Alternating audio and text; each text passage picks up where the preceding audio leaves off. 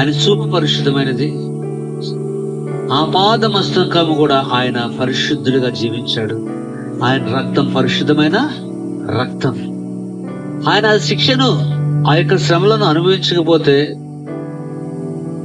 మనకు అనిపిస్తుంది అన్యాయంగా అన్యాయంగా అన్యాయంగా అనుకుంటూ ఉంటాం.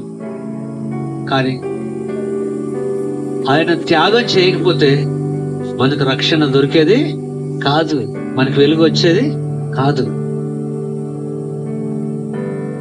ఆయన లేకపోతే మనం ఏమైపోయేవారమో.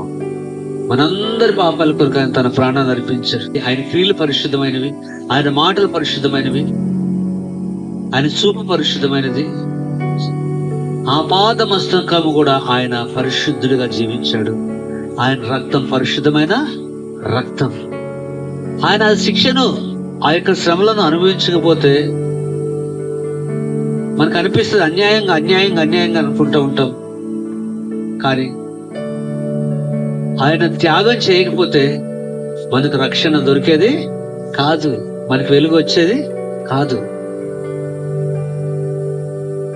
ఆయన లేకపోతే మనం ఏమైపోయేవారమో. మనందరి పాపాల కొరకు ఆయన తన ప్రాణాన్ని అర్పించారు.